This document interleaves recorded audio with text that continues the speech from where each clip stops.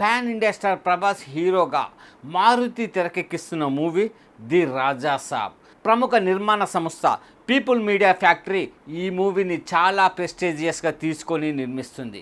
ఇది ఒక హర్రర్ బ్యాక్డ్రాప్లో రూపొందుతున్న మూవీ. ఫస్ట్ టైం ప్రభాస్ ఆ తరహా మూవీ చేస్తుండటంతో రాజాసాబ్పై అందరిలో క్యూరియాసిటీ పెంచేసింది. డిసెంబర్ 5న రాజాసాబ్ రానున్నట్లు ప్రకటించారు. కానీ వాయిదా పడుతున్నట్టుగా వార్తలు వస్తున్నాయి. అలాగే ఈ మూవీకి సంబంధించిన ఇంట్రెస్టింగ్ న్యూస్ బయటకు వచ్చింది. ఇంతకీ రాజాసాబ్ వచ్చేది ఎప్పుడు? ఇంట్రెస్టింగ్ న్యూస్ ఏంటి? పదండి తెలుసుకుందాం. రాజాసాబ్ సమ్మర్లో రావాలి, కానీ కొన్ని కారణాల వల్ల పోస్ట్పోన్ అయ్యింది. డిసెంబర్ 5న రాజాసాబ్ విడుదల కానున్నట్టు ప్రకటించారు.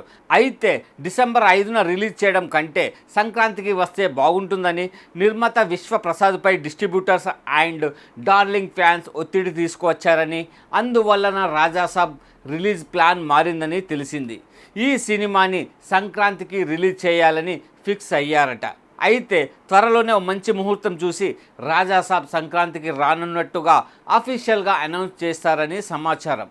ఇక ఇంట్రెస్టింగ్ న్యూస్ విషయానికి వస్తే ఈ మూవీకి ఎస్ఎస్ తమన్ సంగీతం అందిస్తున్నారు. ఇందులో మొత్తం 5 పాటలు ఉంటాయట.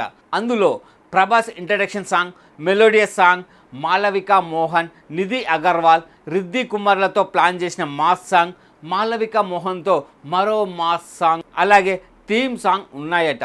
ఈ సాంగ్స్ అన్నీ కూడా సినిమాకి హైలైట్గా నిలిచేలా ఉంటాయని తెలిసింది. మరో ఇంట్రెస్టింగ్ న్యూస్ ఏంటంటే ఇందులో ప్రభాస్ డ్యూయల్ రోల్ చేస్తున్నాడట.